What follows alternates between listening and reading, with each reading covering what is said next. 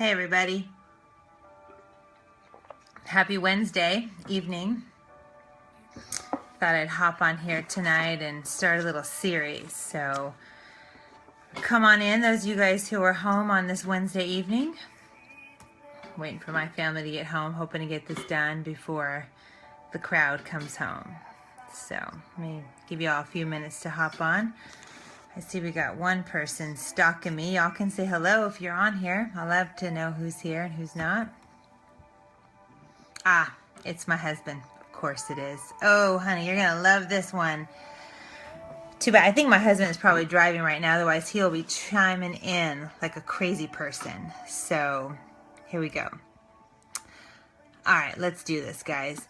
So, no, nobody in my family has a crisis diagnosis at this point. But here's the deal. So many people, and I think I've shared about it here on Facebook, tease our family about how we eat, how we do life. Some of you guys post little, what you think is super cute, funny memes on our wall. And so I thought, many of you guys have never given us a chance to tell our story. So thank you, Facebook Live. I get the chance to tell our story. A year ago, I told this same story, but it was on Periscope. So Facebook Live wasn't on, wasn't a thing. So I did a lot of scopes on eating and nutrition and wellness. I also, in October, I get a little pesky and I start talking about the horror that is Halloween and the candy. And it's not the spiritual aspect, which I know some of you guys think it is, in my opinion. But so I figured here in October, I'm going to do a little Facebook Live series. And we're going to talk about wellness. We're going to talk about food. We're going to talk about third world countries who are giving you your M&Ms and your Snickers bars and giving those to your kids just so that they can have one night a year where they go traipsing around the neighborhood. But listen, I digress from my topic of the day. So here we go, guys. What if your kid got cancer? What if you did? What if you had? What if your kid has had cancer? That's our story. So I'm going to tell you our story. I'm going to tell you why and what we did about it. Okay. Again, I don't think I've ever been able to share this whole story in a one setting unless I've done a little bit of public speaking, and then I just talk about how amazing God is that he healed my kid, right? Which is super great. That's like the crux of it all. But here's the deal. 6 years ago, in fact, dear Facebook reminded me that 6 years ago, last Wednesday, the very day we were flying to our beloved city, Boston, was 6 years of the anniversary of Zion's surgery date, where he had like this giant scar. You guys probably never seen unless you swam with him because he doesn't show anybody. So 6 years ago that we had that diagnosis. Yay! To make a long story short, he had a malignant melanoma tumor. It was stage 2B, which what I didn't know at the time was had it been stage 3, the doctors would have forced us to do chemotherapy and radiation. But because it was a 2B, by law, we could do the wait and see program. Thank you, God, for that. Because the treatment for malignant melanoma is horrific. And I don't mean to make light of any other kind of cancer treatments, but for malignant melanoma, it's basically, as my husband described it, basically they go in and you think about Vietnam, they just like napalm the crap out of the body and kill everything just to be sure they got it. But it doesn't actually ever go away. Once your body gets used to, or once it knows how to make malignant melanoma, it gets very good at it. So as I share with you guys tonight about our story, it might make you think again when you want to tease us about eating clean and eating vegan and eating super low sugar. Because melanoma is the worst cancer that you can ever get. When I asked the doctor, okay, I understand, cancer a little bit. I hear people getting one cancer, then it turns into this cancer. He's like, nah, you pretty much got the worst cancer. It's cancer of your biggest organ, right? So my son at 9, some of you guys don't know that, at age 9, had cancer of the biggest organ of his whole body. Yay. And yays, I ain't got to hear that. So we sit across from the doctor, and I'm like, okay, I get you guys are talking maybe chemo, you're talking interferon, you're talking all this nonsense. So what can we do nutritionally to help his body? I think I've shared this with you guys before on another Facebook Live, but he's that fool who was a rare cancer specialist, pediatric rare cancer specialist. You know, he'd been to school at least 12 years. He looked like he was 15, but I know he'd been to school at least most of his life. He's like, I don't know, fruits and veggies don't hurt. That's what you got for me? Okay, fine. So you know me, fierce mama. I'm like, that's it. We're going to do this, and we're going to do this hardcore. I knew about foods. We were trying to do stuff. We had been taking a supplement that was a fruit supplement and then a vegetable supplement before, so I kind of understood that. So I just went to the great oracle, Dr. Google. And I'm like, I literally typed in curing melanoma with foods. You guys, I got so much information in 48 hours. I'm like, did that doctor miss this lesson in school? Doesn't matter. Whatever. It's not his deal. Here's what I learned about Dr. Wickheiser and all his cohorts and any kind of oncologist. They know chemotherapy and radiation, and that's cool. That's what they get paid for. They're there to do, when you get the crisis diagnosis, they're there to help you through it and come out good on the other side. He said to me, listen, my job is to help your son get to 90. That's what we're trying to do. And I'm like, deal. Because my job as a mom is to help him, once that cancer is removed from his body, is to help him kill it and just thrive in life, not just survive. And so that's what we did. So we dug in, and within 48 hours, I knew what we had to do to radically alter his diet. And so that's what I'm going to share with you guys now, is just really how we radically altered our diet and why. Because I think if you guys understood the why, if just one of you guys listening hears me, one of you guys needs to hear this. I promise you, because you know, as I pray about y'all and I think, what should I talk about? This just kept coming up. So I'm like, okay, I'm sharing my story. And some of y'all are like, show us what you eat all day. Well, I'm going to tell you what we eat and why, and maybe some, and we'll do like a little video of it. Okay, but here we go. The first thing that came up was an alkaline diet versus acidic. Now, there's a lot of controversy, not controversy like, oh, it's bad for you, but just like, well, does it really work? And a lot of celebrities are making it popular, which, you know, I can't roll my eyes big enough at that.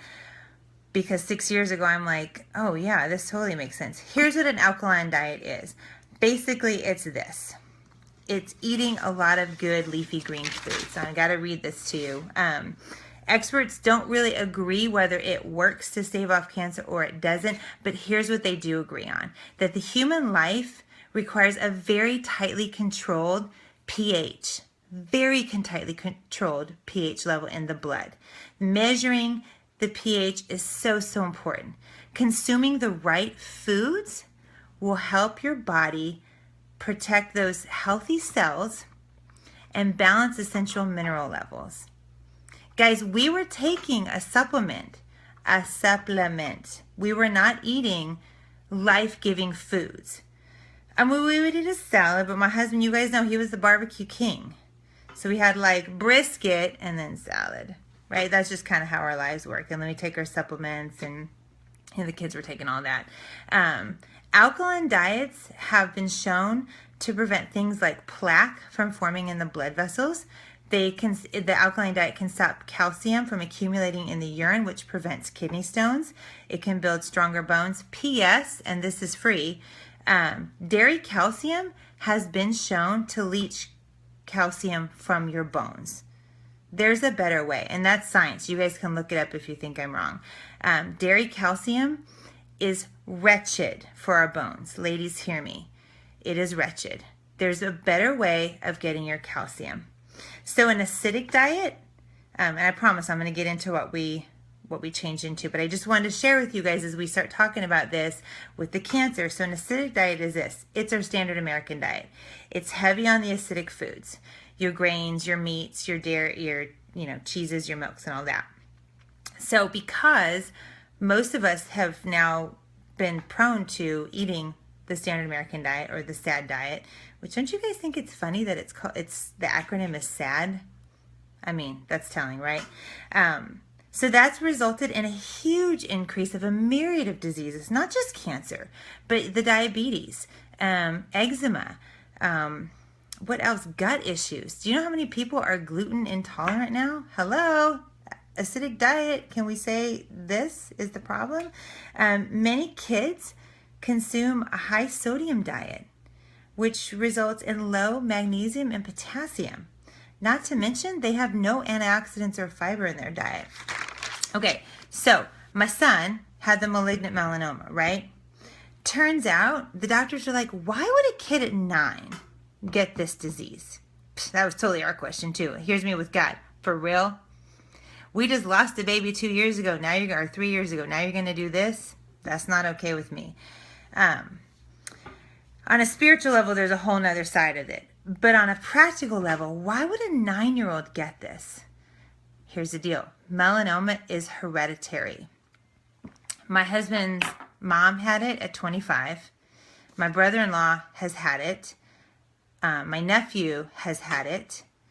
So there's all kinds of melanoma DNA on that side of the family. These are things you should ask your spouse before you get married, right? Like, what kind of sinister things? Not that I wouldn't have married him, but I'm like, listen, what am I in for? Those are things you don't know, right?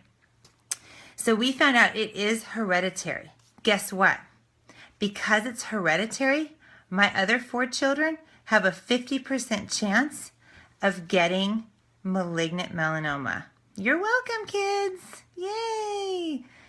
So when we learn that, and the doctors are totally down with it, this isn't just Mark and Jen being weird. This is like, they were trying to figure out, why did he have it? Our melanoma oncologist was wanting us to do help me, Mark, if you're still watching, like genetic testing, I guess. And here's why, which I think is so ridiculous. But he was saying, listen, that way your kids can know, do they have the genes that are prone to pass this DNA on to your children? To their children, rather. So, in other words, they were saying if Cannon or Jonah or Eden or Selah has the genetic marker that would make them prone to malignant melanoma, they could tell their spouse. No, we're not doing that. So it is hereditary. So my kids have a 50% chance of getting it. What if your kids had a 50% chance of getting the worst cancer they could ever get? What would you do? Would you just keep doing what you were doing and using toxic chemicals all over their body and burning candles in your home and feeding them the Standard American Diet? If you do, I might have to call CPS on you guys. But here's what we did. We took that information I got from Dr. Google and said, what if it works? Just what if? I mean, health is simple. It's not easy. It's kind of pesky at the same, it really. Staving off cancer is simple. It's just not easy. It's super inconvenient.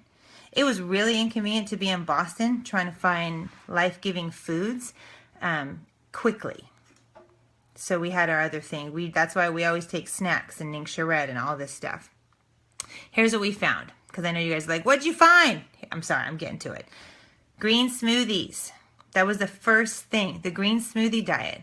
My son was not a very good eater. Of all the kids in all the world to get this cancer, it had to be the pickiest eater in the family. Brilliant. So, green smoothies. At the same time, I found out that the peel of a lemon actually staves off skin cancer, specifically melanoma. Oh, you know I was buying organic lemons by the truckloads. Thank God for lemon essential oil now, because I'm like, phew, I don't got to do that anymore. But what we would do is we would make our kale and spinach smoothies, and we would put just a quarter of the lemon in that blender. We invested in a Vitamix, and he drank green smoothies every day. We juice carrot and apple juice. We juice all kinds of stuff. I literally paid that kid $1 to drink juices. But here's what happened. His body got used to that food. His body craves it. Do you know that same kid who wasn't a very good eater, the one with the melanoma, now makes himself smoothies every single day, fights his siblings on who gets to do it. and he puts his greens in there, and he's like, he wants the green smoothie. Our little Selah, she prefers green smoothies more than just the strawberry banana.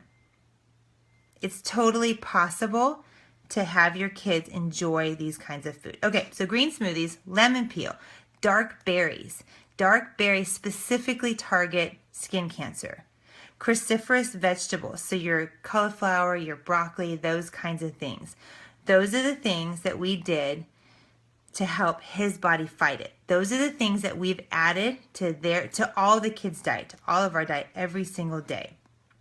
Well, not broccoli every day because the house stinks when you cook it, but you know what I mean. If you eat it raw, not so big a deal. Here's also what we did. A year later, Fat Mark, you know, he's totally okay with us calling him that because he was a big guy. Oh, look, yay, they're home. 70 pounds. He went to the doctor and they're like, yeah, your cholesterol's high, you're, you know, pre-diabetic, on and on. Here, you want some meds? He's like, are you kidding? If I go home with medicine to my wife, she'll lose her mind. And he's right. I would have lost my mind. So, of course, we watched Forks Over Knives. I'm sure you guys have all seen that. And the next day he's like, yeah, we're going vegan. Let's do this. Easy.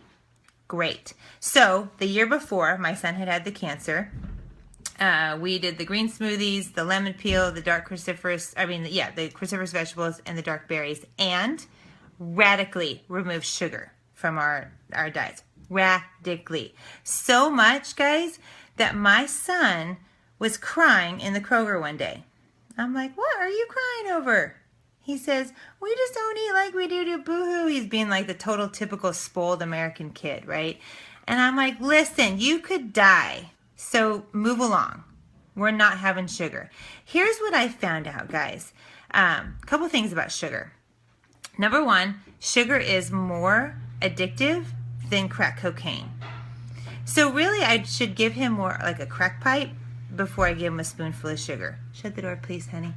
I know that that's dramatic, but that is a true story, guys. So for those of you guys who have said, oh, you should let your kids have a sugar whatever, pop, spoonful of it, or they're going to go crazy when they go to college, I want to say to you, and I have said this to some of you guys, so should I go give them a crack pipe just in case they decide to go try that? I mean, come on. That's just dumb logic right there. So we remove sugar. So here's the other thing with sugar. Sugar is actually what is the cause of high cholesterol. Well, one of the causes. Here's why. Because when that sugar goes through, it does this to your veins.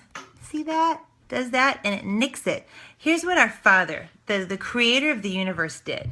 He designed our body so perfectly that when that gets nicked, this little bitty bit of speckle, that's the Jen Ware version. I don't know, it's called something super scientific. Some of you nurses and doctors can tell me what it's called. But anyway, it does this, like it smooths it out, right? Because your veins aren't supposed to be nicked.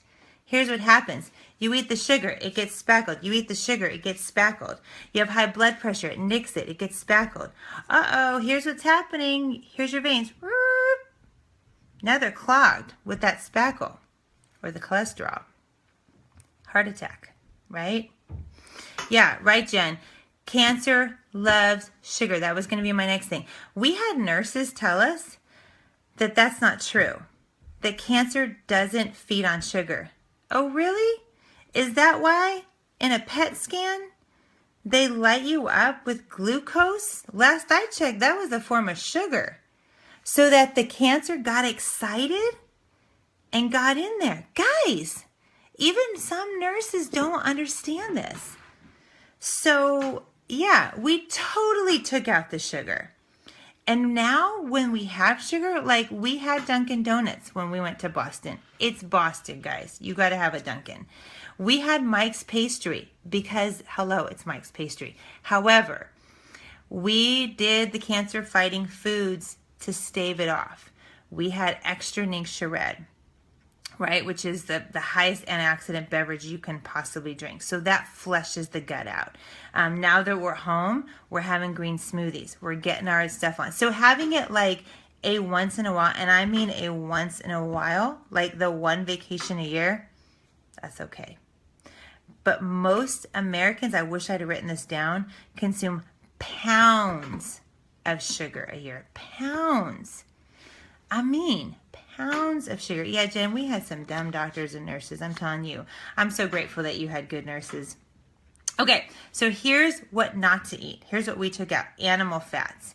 Number one, animal fats are linked to obesity, which is a cancer predictor. Processed meats. Much to my can and chagrin. Do you know that boy asked for a bologna sandwich and Fritos the other day because that's what I had as a kid? Not on a daily diet. He just likes junk food. Which, oh wow. You know, but we tell him, guys, you can't do this. So that is why when Mark got on board and was with the vegan thing, that's why we have stuck with it. Also because it's a super simple way to stay thin for me at 43. Hey, buddy. Speaking of, my melanoma or ex-melanoma kid just walked in. So we've stuck with the vegan diet. Would you like to say hello? Hello. Hello. Okay, can you go so I can finish? Sure. See, I'm so glad he's still alive 6 years later. He always gets embarrassed and is like, oh, Mom. But I'm always like this. Buddy, God saved you from cancer. That's huge. That's huge. Okay, so we are crazy about the salads. You guys have probably seen us. I posted pictures, like a gigantic salad bowl. And it's not just mixed with iceberg lettuce and carrots and celery. Ugh. It's mixed with dark spinach, kale. My people eat kale. I mean, it's awesome. I'm not saying that because like, oh, they're so great. I'm just telling you guys, it can, if kids can do it, you guys can too. Okay, I have my notes because I knew I was going to get sidetracked. So again, some of you guys might be pestered by what I'm saying. But as I go through this series this month, I just want you guys to hear me. I wish somebody had sat me down and said, listen, the way you're feeding your kids is borderline child abuse. It's true. I mean, in my opinion, I was giving the boy microwaved hot dogs. Microwaved hot dogs. Come on now. That's not okay. But they liked it, right? With very little salad. I didn't know. I mean, maybe I knew, but you know, and here's the other thing. So what? You guys probably won't ever get cancer, except for 1 in 3 people gets cancer. So let's see, there has been, right now there's 13 people on here. There's been, I think, I can't even do the math, however many people. Yes, Jen, I will text you my green smoothie recipe. I've got several actually. So, okay, now there's 12. That's better math for me. Statistics show that 4 people that are watching right now will get cancer. That's statistics. So, yeah, 1 in 3. Guys, that shouldn't be. It just shouldn't. There's a way to do life. There's a way to follow the way that God set up foods. I mean, the Bible talks about it, that he gave leaves for healing and plants for medicine. Or, honey, how's that go? Tell me. Plants for food, leaves for healing. Oh, crud, it's in Ezekiel. I'm sorry, guys. But anyway, you know what I mean. And Socrates said, let food be thy medicine and medicine be thy what? Food. Guys, we know a better way. We're just so programmed. You guys know, and I need to keep this short. I realize I'm sorry I've gone on and on. Other countries have figured it out. Third world countries, when my husband and Eden went to Uganda last year rather, they didn't have stuff that we had. It was illegal to have the sugary junk food. Their Coca-Cola was sweetened with cane sugar. Yes, I know it's still sugar, but it wasn't high fructose corn syrup. Are you guys tracking with me? I mean, food is so much better. Okay, so that is why, there's our son's story. Oh, the best part. Wait, I hope you guys are still watching. Listen to the best part. Okay, sorry, I should have started with this. Dr. Doom, Dr. Sharma, it's our melanoma guy. He's the adult melanoma specialist because here's the deal. Children, pediatric melanoma specialists just don't exist. Okay, so he said, Hold on. Come here. Love you. Mwah. I'll see you in a bit. Good night, baby. The cancer, he's like, yeah, it'll be back in a year. The other kids will probably get it. Oh, that's nice. That's why we call him Dr. Doom. Like every time we went in there, he was like, wow, okay, no more reoccurrence. He removed lymph nodes from Zion because they'd be swollen, like sure that the cancer was back. It never has come back. 6 years later. Was supposed to be back within a year. That's just how melanoma works. You remember I said, once your body knows how to make malignant melanoma, it gets good at it. It's like, all right, we can totally abnormally regenerate these cells like a boss. No thanks. Unless you do something to completely tell that cancer. I was just going to say a bad word, but I realized there might be children here. You guys know what I mean. Just tell the cancer to go. Bye-bye. Bye, Felicia. So, which is what we did. And thank God, like truly praise our healer. Zion is healed. 6 years later, no cancer. And I truly believe as I drove home from that hospital that first weekend, when I said, God, give me wisdom. Let's do this. Me and you. And God did. I have books on the green smoothie diet. We've got all kinds of things that we have done to help all of our children. All of them. And praise God, they're all good. Everybody's good. They're a little nuts sometimes, but they're good. So, just so you know, guys, this month in October, I'm going to be preaching about eating right and why. And why you should. Life just doesn't have to be so scary. We don't have to fear the crisis diagnosis. We just don't. And if you happen to get a crisis diagnosis, no worries. You know what to do about it. You just do. 6 years ago, we radically changed our diet. I had some amazing girlfriends that gifted me, look, I can't even do the basket size, this big, of essential oils. We completely cleaned our house of chemicals. Everybody's good. All right, guys, I should leave. I'm sorry. I've kept you on long enough. Thanks for listening. And again, I'll be preaching. And yeah, and I think a couple of you guys said we should talk. If you guys want that smoothie recipe, just message me. If you want any more information about anything I talked about, maybe a list or whatever, let me know. I get sidetracked and so I don't read these comments. So anyway, love you guys. Praying for you and I hope you have a good night. Bye.